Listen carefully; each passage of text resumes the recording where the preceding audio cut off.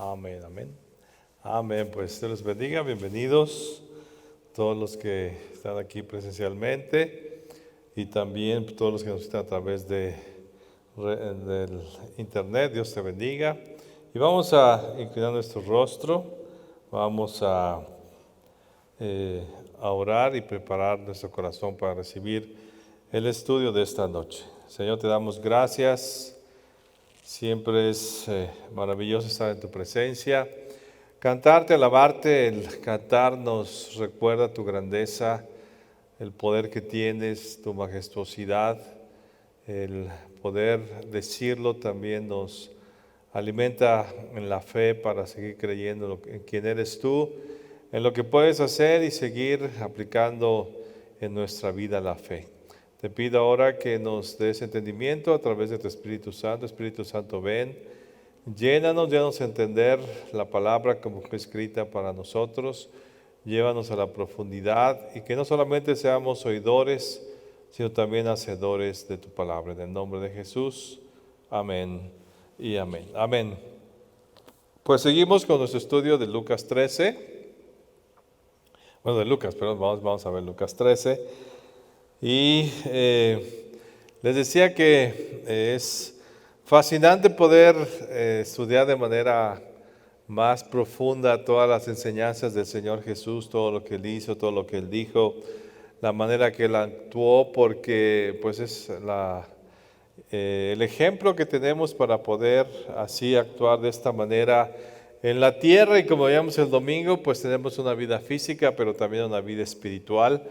Y el Señor se encarga de enseñarnos de las dos, cómo seguir viviendo físicamente en esta tierra, seguir siendo preparados para la vida eterna y también de cómo accesar al reino de los cielos, el reino que Él trajo en medio de nosotros, al cual ahora tenemos acceso en su nombre. Y vamos a Lucas 13, vamos a dar el estudio aquí de Lucas.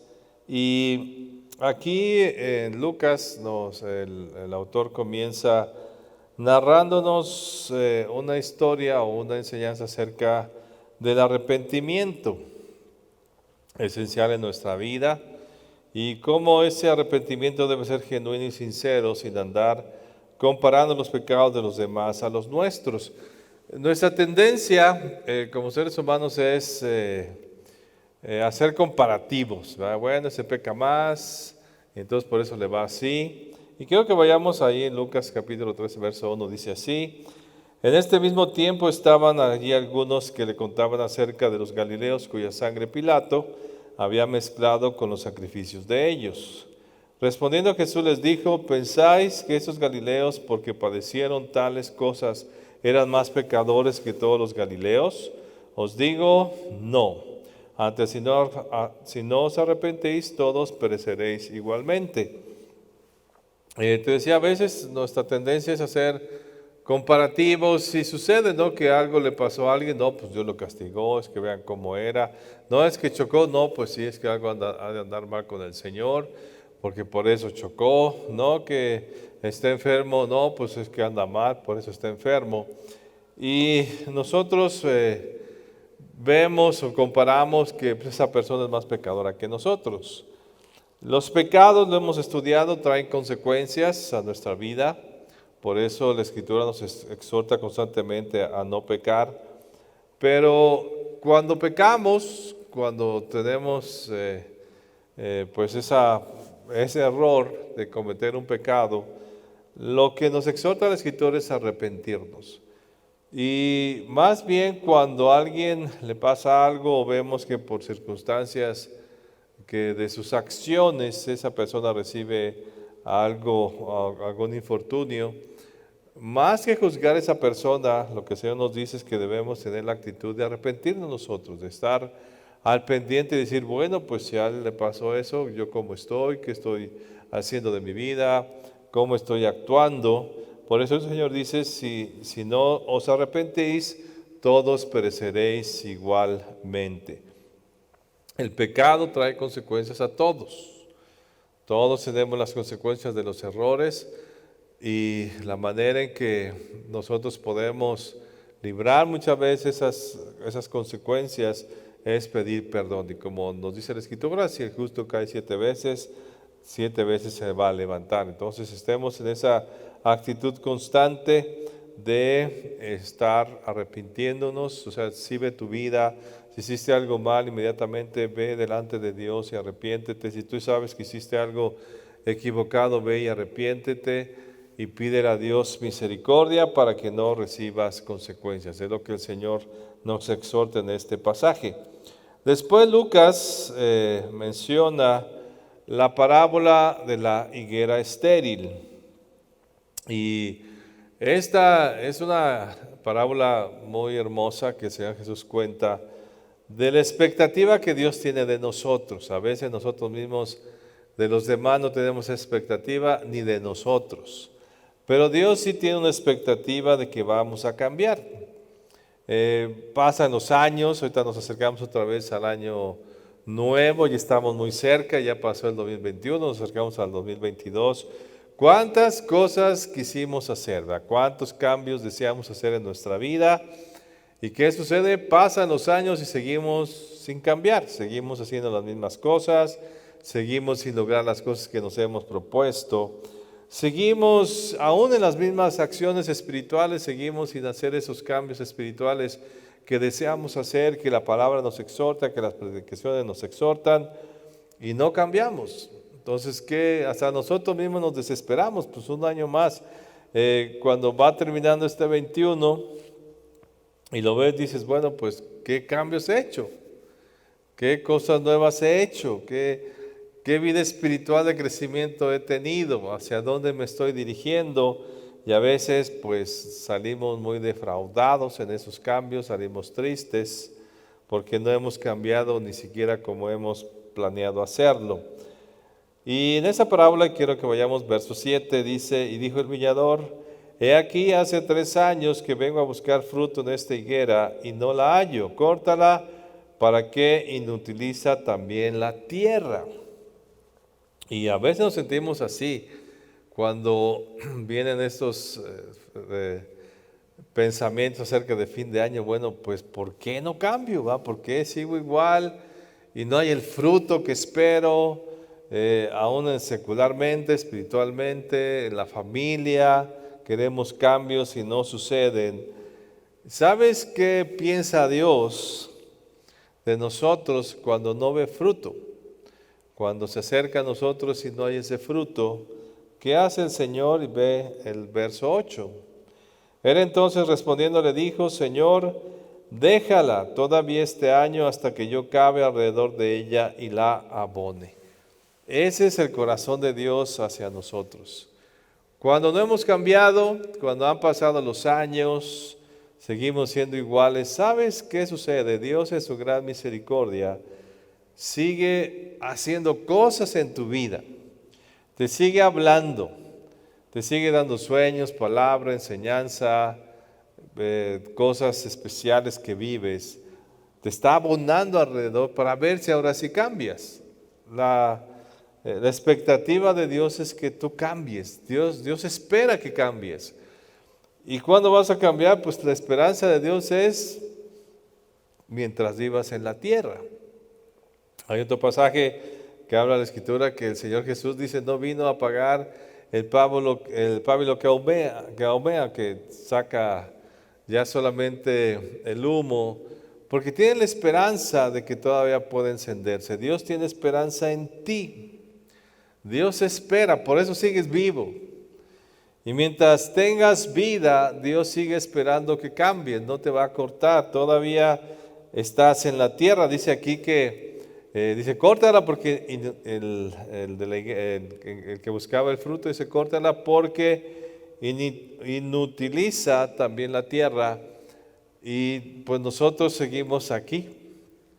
Y Dios te sigue abonando alrededor, Dios sigue obrando en tu vida, porque tiene la esperanza de que cambies.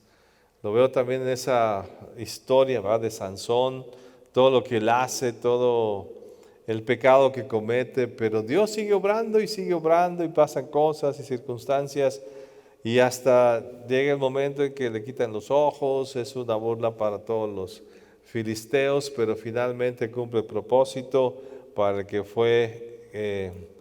para que él nació. Entonces, esa es la expectativa que Dios tiene de ti.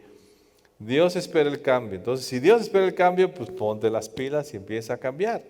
Hazle caso a Dios, esfuérzate todos los días. Mientras estás vivo tienes la esperanza de hacer ese cambio. Y no esperes al 22, no digas ahora, bueno, hasta enero 1 o 2 voy a cambiar. Sino cada día que tienes es el inicio, es la oportunidad. Cada día que estás viviendo puedes hacer los cambios que tanto has deseado, puedes empezar lo que nunca has empezado, puedes hacer las cosas espirituales que Dios te ha dicho que hagas, puedes accionar, servirle a Dios, aprender más, leer la Biblia, todas las cosas que te has planeado hacer, porque Dios sigue esperando y Dios sigue obrando en ti. Qué hermoso es saber que Dios no ha terminado con nosotros. A veces nosotros ya no damos nada por nosotros mismos, pero Dios dice, yo sigo esperando, por eso sigo obrando en tu vida, por eso sigue habiendo cosas, circunstancias, palabras, acciones, porque yo sí espero que cambies y seas la persona para la cual yo te di y la expectativa que yo tengo de ti la puedas cumplir. Así es que, hermano, pues, si Dios tiene esperanza en ti, tenla tú también. Y cada día que te levantes dices, bueno, si sigo en la tierra, quiere decir que no le estoy inutilizando, sino soy útil todavía para Dios. Entonces voy a oír a Dios, voy a hacer los cambios necesarios y yo voy a dar fruto, el fruto que Dios espera de mí. Después, aquí en el verso 15, otra vez el Señor hablando a los fariseos, a su hipocresía, a esas dos caras o esa actuación o falta de entendimiento de lo que es lo espiritual. Y a veces nos pasa que con el pasar del tiempo, con tanto conocimiento bíblico, con tantas acciones espirituales, nos volvemos religiosos y se nos olvida el propósito que tiene el mandamiento, se nos olvida el propósito de la palabra y nos empezamos a meter en costumbres, en tradiciones, en cosas que creemos que son las que Dios quiere, cuando lo que Dios realmente quiere es un cambio, una transformación en nosotros. Aquí el Señor, pues con un ejemplo duro, difícil, le explica, o sea, que es incomprensible, aun cuando uno lo lee, dice uno, pero pues qué dureza de corazón, pero a veces en nuestra propia vida pues hacemos las mismas cosas. Dice que el Señor en sábado entra a la sinagoga, ellos tenían por tradición que no se hacía nada los sábados, y el Señor Jesús ve a una mujer con un problema de enfermedad. Él ora por ella y la sana, y el líder de la sinagoga, en lugar de sorprenderse del milagro, o sea, y es lo que a veces pasa con el religioso, es más su pensamiento religioso que la misma obra espiritual que Dios está haciendo en sus vidas. Y es sorprendente cómo, pues, en lugar de admirarse de un milagro, y no se ven todos los días esos milagros, el Señor Jesús estaba con ellos haciendo ese milagro. Ve cómo esa mujer, yo creo que en la sinagoga, pues regularmente la gente asistía cada fin de semana o cada cierto tiempo. Entonces el líder de la sinagoga conocía a esta mujer y veía que venía constantemente y la veía enferma. Y en lugar de alegrarse de que esa mujer que asistía, iba a la sinagoga, en lugar de alegrarse de que había sanado, él toma la actitud de juicio y dice, no, dice, vengan en otro día, pero no en sábado, a ser sanados. Imagínate qué expresión tan fuerte. Y el Señor le dice a ese líder, pues qué hipócrita eres, porque o sea, sí miras mucho la ley y que sea el cumplimiento, pero no ves que tú mismo la rompes y que tú mismo haces cosas por los animales y no entiendes la misericordia que yo estoy teniendo de esta mujer. Y entonces le contesta así, verso 15, entonces el Señor le respondió y dijo, hipócrita, o sea, actor, doble cara, cada uno de vosotros no desata en el día de reposo su buey o asno del pesebre y lo lleva a beber. Y a esta hija de Abraham que Satanás había atado 18 años, no se le había de desatar de esa ligadura en el día de reposo. Dice, no seas religioso, no seas falso. Y también aquí nos está enseñando el Señor que lo importante de la ley, o sea, ¿para qué está la ley? ¿Para qué están los mandamientos? ¿Para qué todo lo que Dios nos enseña en el Antiguo y Nuevo Testamento es en nuestro beneficio? Nosotros debemos mirar el beneficio de las personas, no la ley en sí misma. Porque la ley en sí misma lo que hace es bendecir al ser humano. Y nosotros aún como líderes o no líderes, como cristianos, ¿qué es lo que tenemos que ver? Pues bendecir a la gente con nuestras palabras. No solamente señalar, no solamente criticar, no solamente demandar que se cumplan ciertos mandamientos o que hagan ciertas cosas, sino qué beneficio deben tener ellos. El Señor aquí lo que buscaba era el beneficio de esta mujer. Y más allá de los conceptos religiosos que la gente podía tener de ese tiempo, dice, pues no me interesa lo que piensas tú del sábado, porque estás pensando equivocadamente, porque tú sí lo haces con tus animales. O sea, tu buey si lo desatas y lo llevas a tomar agua y no quieres que en sábado esta mujer sea sanada después de verla tantos años, 18 años, a lo mejor 18 años asistía a esa sinagoga y él nunca había tenido misericordia de esta mujer. Y el Señor Jesús la vez que va entonces la sana. Entonces ese es el problema, ¿verdad? ¿Qué hacemos con la ley? ¿Qué hacemos con los mandamientos? ¿Qué hacemos con la palabra de Dios, con las enseñanzas? Debe ser en nuestro beneficio correcto y en beneficio de los demás. Ese es el deseo de Dios. Y otra vez más vemos cómo el gran deseo de Dios es nuestro beneficio. El deseo de Dios es nuestra bendición, es nuestra prosperidad, es nuestra salud. Él quiere lo mejor para nosotros. Y de eso se trata la ley y el cumplimiento de los mandamientos, de que seamos bendecidos por Dios. Y el Señor Jesús si algo hizo y cuando estuvo en la tierra fue bendecir a la gente. Y una de las cosas maravillosas que el Señor Jesús hizo es traer el reino de los cielos a la tierra. Y enfrentando una vez también a los fariseos les dijo, pues si esto pasa, entonces ya está el reino de los cielos entre ustedes. Y estaba pasando. ¿Qué hizo el Señor Jesús? Y vemos milagros tal vez en el Antiguo Testamento. Vemos cómo se levanta un profeta y hace milagros. Pero los milagros que el Señor Jesús hizo, no los hizo ningún profeta. Lo que hizo el Señor Jesús, la enseñanza que dio el Señor Jesús, no la dio ningún profeta. Las cosas que Él reveló del cielo, las cosas que Él hizo, no las hizo ningún profeta, solamente el Señor Jesús, porque Él trajo el reino de los cielos en medio de nosotros. ¿Qué significa que qué es el reino de Dios? Bueno, pues eso es una dimensión diferente, es el poder de Dios donde Él gobierna. De nosotros procedemos, dice el apóstol Pablo, del reino de los cielos, de lo que no se ve, de lo que no vemos procede todo esto que vemos. Y el Señor Jesús trajo el reino de Dios en medio de nosotros, trajo esa acción espiritual, ese acceso a lo espiritual. Nosotros ahora podemos tener acceso a una vida espiritual, lo que hablaba un poco el domingo pasado, y ese lo trajo el Señor Jesús. Y el interés del Señor Jesús era tan profundo en que la gente entendiera que es el reino de los cielos, que la gente lo viviera. Para eso lo trajo, para que tengamos acceso, para que lo disfrutemos, para que tomemos las bendiciones de ese reino de los cielos, que dice que Él se puso a pensar, y vamos al verso 18, y entonces dijo, ¿a qué es semejante el reino de Dios y con qué lo compararé? Diciendo, a ver, ¿cómo les explico algo espiritual a ustedes que son tan carnales? ¿Cómo se los explico? ¿Cómo les hago entender el significado del reino de los cielos? Para que ustedes tengan acceso, para que lo disfruten, para que entiendan lo que he traído en medio de ustedes, para que entiendan esa conexión que ahora pueden tener a través de mí, de lo espiritual con lo físico. ¿A quién lo compararé?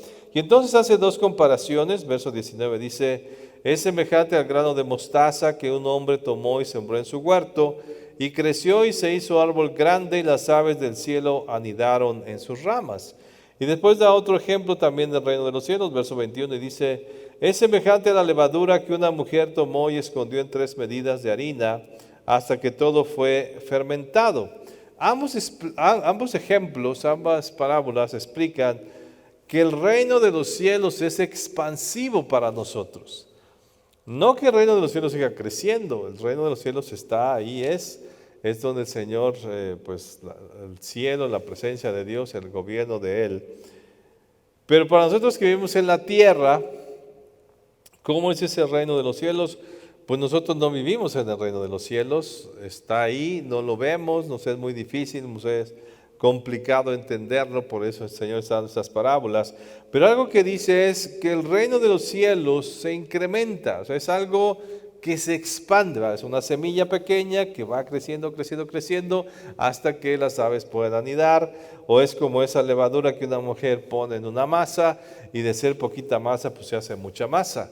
Entonces así es el reino de los cielos, o sea, nuestra vida espiritual va creciendo, nuestra injerencia en el reino de los cielos, toda esta actividad espiritual que la Biblia nos exhorta a tener, que nos explica la Escritura, es algo que se va a incrementar todos los días en nuestra vida, es expansivo. O sea, tú cada vez debes de tener más experiencias espirituales, debes tener más acceso al reino de los cielos. Tu vida, lo que hablaba el domingo, debe estar cada día más llena de cosas espirituales, porque es expansivo. Nosotros vamos incrementando nuestro conocimiento y nuestro acceso al reino de los cielos, entonces mi vida se va llenando más y más y más de esa actividad espiritual. Entonces debe incrementarse, eso es lo que el Señor Jesús explica, que así es el reino de los cielos. Entonces nuestra vida debe ir a más, no a menos, ¿verdad? Si tú tuviste experiencias espirituales en el 2020, pues el 2021 debe ser más. Y si tuviste más en el 21, pues el 22 van a ser más. Y se va a estar incrementando más, porque así es el reino de los cielos. Incrementa, nuestro entendimiento va a multiplicarse, nuestras experiencias van a ser más abundantes, porque así es el reino de los cielos. Porque nosotros somos muy físicos. Vivimos en un mundo físico, lo explicaba el domingo, estamos muy en contacto a cosas físicas, nos es difícil entender lo espiritual, pero eso nos ayuda a la palabra. La vida activa en la iglesia nos ayuda a incrementar esa actividad espiritual, las enseñanzas, todas las cosas que yo hago en el ámbito espiritual pues me van a ayudar a incrementar esta acción espiritual en mi vida, pero sí es en aumento. O sea, tú tienes que ver que en tu vida haya cosas espirituales más fuertes cada vez. El entendimiento de la palabra debe ser más fuerte cada vez. Tu vida debe tener mayor impacto cada vez espiritualmente, porque así es el reino de los cielos. Y después, a través de una pregunta, y esto era pues, una pregunta de los judíos que pues tenían cómo. La pregunta es verso 23 y le dice, Señor, son pocos los que se salvan. O sea, ¿cómo es la salvación? Esta pregunta para nosotros pues ya como que la vemos muy ligera. Decimos, no, pues salvación es todo aquel que recibe a Cristo y ya, y van a ser muchos, y mucha gente se va a salvar. Pero en ese tiempo pues el Señor Jesús todavía no moría en la cruz, no había todo este entendimiento del misterio de la salvación que también alcanzó a los gentiles. Pero entonces decían, bueno, pues ¿quién se va a salvar? ¿Quién realmente va a obtener la vida eterna? Es la pregunta. Y le dicen, Señor, serán pocos los que se salvan. Y la respuesta del Señor Jesús es, verso 24, esforzaos a entrar por la puerta angosta, porque os digo que muchos procurarán entrar y no podrán. La salvación es sencilla, ahora como nosotros la miramos, porque el Señor Jesús hizo todo por nosotros, ¿verdad? Él nos salvó, Él murió por nosotros, Él perdonó nuestros pecados, Él tomó nuestro lugar. Y sí es algo sencillo porque es un acto de fe, como lo dice Romanos 10. Pero aquí el Señor nos invita a que nos esforcemos.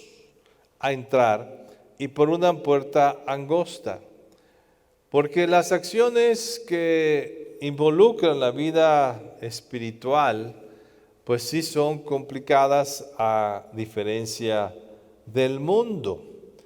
Y mucha gente, aunque procura entrar, no va a poder entrar, dice el Señor Jesús. No es solamente el deseo o las ganas o el esfuerzo, sino tiene que ver con la acción. Mi entrada al reino de los cielos, mi salvación tiene que ver con acciones. Y ve lo que dice el verso 25. Después que el padre de familia se haya levantado y cerrado la puerta, y estando fuera empecéis a llamar a la puerta diciendo, Señor, Señor, ábrenos. Él respondiendo os dirá, no sé de dónde sois. Entonces comenzaréis a decir, delante de ti hemos comido y bebido, y nuestras plazas enseñaste. Pero os dirá, os digo que no sé de dónde sois, apartaos de mí todos vosotros, hacedores de maldad. Allí será el llanto y el crujir de dientes cuando veáis a Abraham, a Isaac, a Jacob y a todos los profetas en el reino de Dios y vosotros estéis excluidos. Y se lo está diciendo al pueblo de Israel. ¿Qué no se deja ver aquí? Recordando lo que dice el apóstol Santiago, que dice, muéstrame tu fe con tus obras, sin tus obras, y yo te mostraré mi fe con mis obras. Hablar de salvación sí implica hablar de acciones, de un actuar. Muchos dicen, bueno, pues yo ya recibí a Cristo, ya soy salvo, mi nombre está anotado en el libro de la vida, voy a hacer lo que quiera. No, porque nuestra vida sigue dependiendo de nuestras acciones. Y este es un pasaje, y después hay varios pasajes que el Señor menciona acerca de esto, de que nuestras acciones son relevantes, son importantes. ¿Qué estás haciendo como cristiano? Uno dice, pero soy salvo, de todo voy a ir al cielo. No importa que haga eso, soy salvo. Pues aquí vemos que sí tiene que ver mucha la acción. Por supuesto que el Señor Jesús nos salvó. No es por obras para que nadie se gloríe. No son acciones con las que, no es mi esfuerzo, no es lo que yo quiera hacer, sino es mi esfuerzo en las acciones, en hacer su voluntad. Mi vida cristiana tiene que ver con lo que hago. Sí tienes que mirar tu actuar de todos los días. Hablábamos al principio del arrepentimiento, de cuando tú haces cosas malas, pues te tienes que arrepentir y buscar el perdón del Señor. Pues esa es una parte de las acciones. Aquí el Señor dice, apártense de mí, hacedores de maldad. Y tenemos muchos pasajes en el Nuevo Testamento que nos exhortan a que no pequemos. No debemos pecar, no tenemos libertad para pecar, no tenemos, porque ya somos salvos, el derecho de hacer lo que queramos. No, estamos ahora sometidos al señorío del Señor Jesús y tenemos que hacer su voluntad. Y sí tiene que ver nuestras acciones. Estaba leyendo unos pasajes del Evangelio según San Juan y dice que aquellos que tienen al Señor Jesús no vivirán un juicio, pero va a haber un juicio. O sea, y nosotros como cristianos tendremos un juicio. Nuestras obras serán juzgadas. O sea, tú tienes que, cada vez que te levantas y actúas todos los días, tienes que pensar algo, todas las acciones que tú haces serán juzgadas. ¿Qué haces en secreto? ¿Qué haces en tus intenciones? ¿Por qué haces tales cosas? Todo eso será juzgado. Entonces sí tenemos que enfocarnos en nuestra acción, en nuestras actitudes, en nuestras acciones, en nuestro comportamiento. ¿Cómo te comportas? Debemos esforzarnos por comportarnos como Dios quiere que nos comportemos. Que hagamos el bien que Dios nos pide hacer, porque Dios lo que nos pide hacer es el bien y vamos a tener que hacer ese bien. Esa es nuestra responsabilidad. Esfuérzate. A entrar esa puerta angosta pues sí, las acciones que Dios te pide que hagas todos los días, porque no somos salvos por obras, pero una vez salvos sí son importantes nuestras obras. Sí es importante tu manera de actuar, de pensar, de desear, de decir, de hacer un negocio, de expresar una palabra, de todas las cosas que haces, siempre tienes que estar buscando que sean conforme a la voluntad de Dios y al propósito que Él tiene para nosotros. Entonces sí, tenemos que ser cuidadosos en nuestras acciones. No podemos ser ligeros. Soy salvo y ya puedo hacer lo que quiera. No. Tenemos que enfocarnos a hacer las cosas correctamente, a hacer buenas acciones como Dios nos pide que las hagamos. Y finalmente, Lucas nos narra el gran amor que Dios tiene por Jerusalén. Son expresiones tan hermosas, ¿verdad? Que el Señor Jesús físicamente lo hace sabiendo lo que el Padre hace por nosotros. Y Dios ama a su gente. Esta expresión que menciona Lucas, y es el verso 34 acerca de Jerusalén, dice que Él va a entrar a Jerusalén, Él se está preparando para ir a Jerusalén, sabe lo que va a pasar en Jerusalén, lo que le van a hacer, ese juicio tramposo que le hicieron, esas injusticias, esos golpes, esos actos vergonzosos que le hicieron al Señor Jesús. Él sabía lo que iba a vivir, y lo iba a vivir en Jerusalén.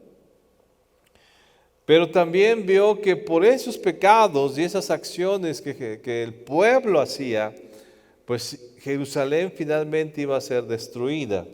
Y dice así, verso 34, Jerusalén, Jerusalén, que matas a los profetas y apedreas a los que te son enviados. ¿Cuántas veces quise juntar a tus hijos como la gallina a sus polluelos debajo de sus alas y no quisiste? He aquí vuestra casa os es dejada desierta y os digo que no beberéis hasta que llegue el tiempo en que digáis, bendito el que viene en el nombre del Señor. Y ese es el corazón otra vez de Dios. ¿Cuántas veces veo? Y Dios no ve por una ciudad, ¿verdad? Jerusalén no le interesa a Dios a Jerusalén. De hecho, esa Jerusalén pues fue destruida como de edificios. Y no le importaban al Señor tanto los edificios, sino la gente. Por eso dice, yo quise juntar a tus hijos como la gallina junta sus polluelos debajo de sus alas y no quisiste. Dios amaba a la gente de Jerusalén. El Señor tenía dolor por esa ciudad, lo que iba a padecer. Primero por lo que le iban a hacer por su pecado y después dice que pues, los profetas morían en Jerusalén. Ahí los mataban. Y Él dice, yo quise juntarte, te mandé profetas, te mandé palabra, te mandé cosas. El mismo Señor Jesús ya tenía varios años, 3 años predicando acerca de la palabra del reino ahí en Jerusalén, enseñando cosas profundas y no entendían. Y finalmente cuando Él va a Jerusalén, pues lo matan, hacen todo, lo crucifican. Y él no quería que esa ciudad sufriera.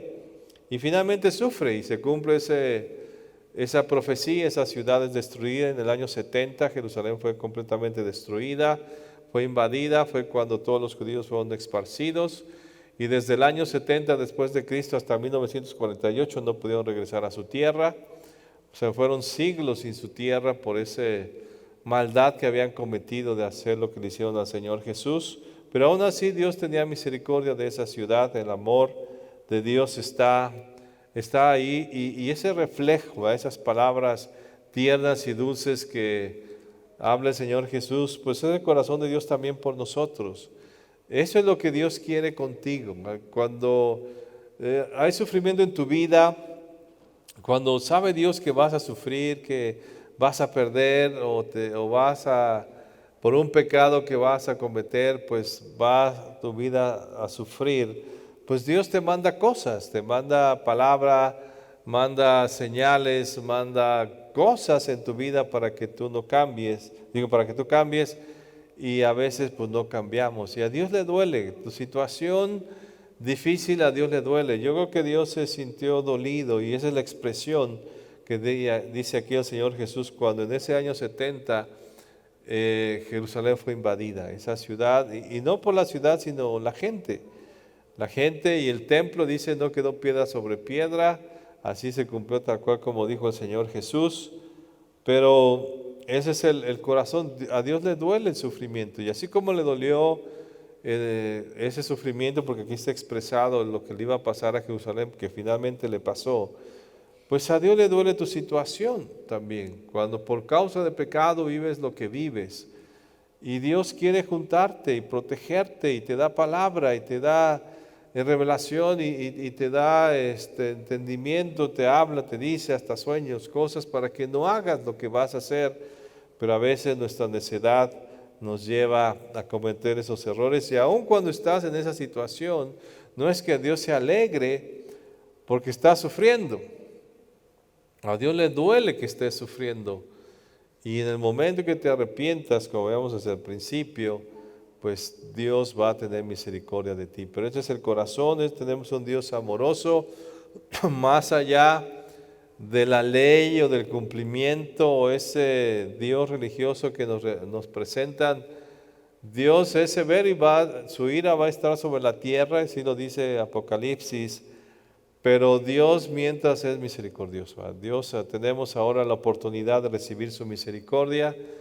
Aprovéchate de esa misericordia, no para hacer lo malo, sino para hacer lo bueno, para regresar y hacer su voluntad. Esto es lo que nos habla este capítulo 13. Y vamos a orar ahora. Te pido que inclines tu rostro un momento. Y pues, ¿qué nos habló el Señor Jesús sino el amor de Dios por nosotros?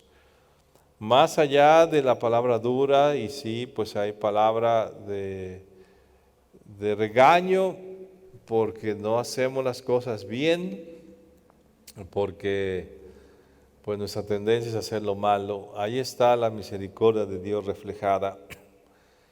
Y las expresiones del Señor Jesús hacia el pueblo de Israel, y después las podemos tomar nosotros hacia los gentiles, fue siempre de misericordia. Un pueblo duro, un pueblo difícil, con el que Dios tuvo que tratar varias veces de una manera dura, no queriéndolo. Aquí ese es el reflejo de que Dios no quería hacerlo, pero tiene que llegar a hacerlo así. Aún en esas circunstancias Dios tiene ese amor y esa misericordia, ese deseo que te vaya bien. Cuando estés en una circunstancia difícil y complicada, eso es lo que debes pensar. Dios no quiere que estés así, es tu maldad, es tu pecado. Tal vez lo que te tiene así, pues arrepiéntete y Dios tendrá misericordia, porque el deseo de Dios es que te vaya bien. Habrá momentos de prueba que tenemos, que son donde nos gozamos, como dice el apóstol Pedro, donde nos gozamos por las pruebas que tenemos, porque somos hechos dignos de participar de ese sufrimiento que tuvo el Señor Jesús. Y como dice también la Escritura, pues que nos gocemos cuando sufrimos por Cristo. Eso sí, ese es gozo, esa es alegría. Pero cuando sufrimos por el pecado, eso es doloroso. Tan doloroso es que para Dios también es doloroso.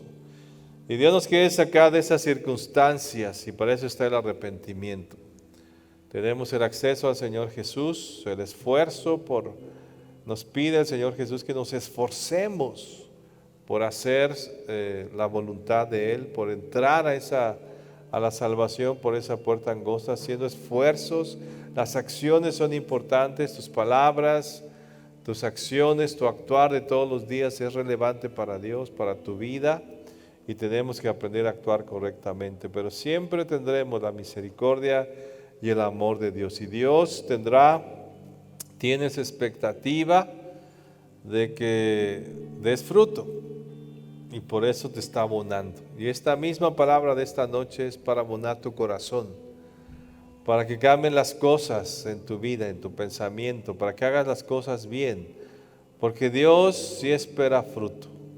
Y dio la oportunidad al jardinero, dice, ok, dice, les doy oportunidad a los pastores en la tierra, a los ministerios, abonen a mi pueblo, pónganle abono para ver si da fruto. Y aquí andamos trabajando, dándote palabras, haciendo escuela de padres, haciendo casas de vida, palabra de vida, todas estas cosas para abonar tu corazón, y entonces tú lleves fruto y no seas cortado. Ese es nuestro deseo, ese es el trabajo que nos da, esa es la expectativa que Dios tiene. Y si estás en la tierra es porque Dios sigue teniendo expectativa de ti. Señor, gracias por tu pueblo, que esta palabra llegue a nuestro corazón, a lo más profundo, nos lleve a entender el gran amor y misericordia que tienes de nosotros, pero también nuestra responsabilidad hacia el actuar correctamente y que cuando hemos actuado equivocadamente pues nos podamos arrepentir delante de ti y que seamos oidores de tu palabra, seamos hacedores de tu palabra, pues tengamos cuidado de las cosas que nos dices para llevarlas a cabo y que nos evites el sufrimiento. Gracias por ese amor y misericordia que tienes de nosotros en el nombre de Jesús. Amén y amén.